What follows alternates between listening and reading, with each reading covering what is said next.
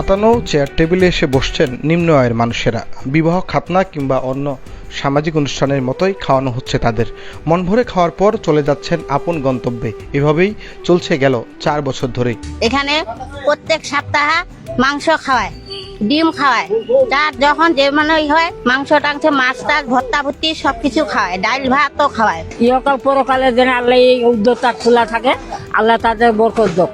পেট ভরে খাওয়ার পর মন খুলে বলা কথাগুলো ঠাকুরগাঁয়ের বালিয়াডাঙ্গি উপজেলার গরিবের মেহমানখানায় নিয়মিত আসা নিম্ন আয়ের মানুষদের, যারা সপ্তাহ তো দূরের কথা, কোনো সময়ে মাসেও কিনে খাওয়ার সামর্থ্য নেই মাছ মাংস।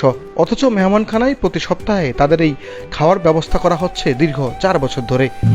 চাহিতে মেহমান খাওয়া হয়ে যায়, তাহিটা খাতি সাংবাদিক বলছে নিয়ত করে খিলাতে, নিয়ত আল্লাহ তোমার পূর্ণ করুক, আপদ বিপদ দূর করুক বেটা।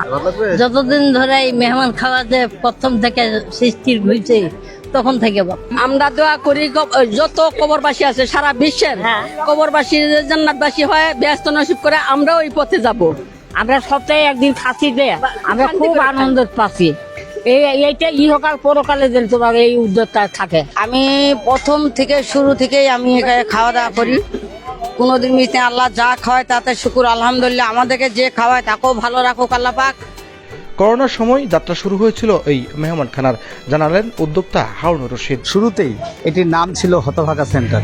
হতভাগা সেন্টার নামটা একটু ব্যতিক্রম, একটু বেখাপ্পা লাগছে। শুরুতে এই যে মেহমানখানা হিসেবে শুরু হয়েছিল, এখন পর্যন্ত মেহমানখানা হিসেবেই চলছে। আমরা দুটি কাজ করি না এই মেহমানখানায়, নির্দিষ্ট করে কাউকে দাওয়াত দেওয়া হয় না এবং নির্দিষ্ট করে কারো কাছে কিছু চাওয়া হয় না। বলতে এখনো প্লেট গ্লাসের কিছু সমস্যা রয়েছে, বসার চেয়ারের কিছু সমস্যা রয়েছে।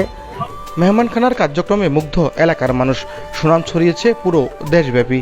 তাই উনি একদিন ওনাদেরকে যেভাবে সুন্দর করে মেহমানদের মতো করে খাওয়াচ্ছেন, আসলে এটা বলার কোনো ভাষা বা ইয়া থাকতে পারে না। এটা একান্ত নিহাত সুন্দর এবং ভালো কাজ। এই মেহমানখানা উনি যে উদ্যোগটা রেখে গরিব দুঃখী মানুষ এখানে এসে খাচ্ছে দুপুরবেলা, এটা অত্যন্ত একটা গুরুত্ব ভালো জিনিস। এখানে একদল স্বেচ্ছাসেবী কাজ করেন 2 দিন ধরে।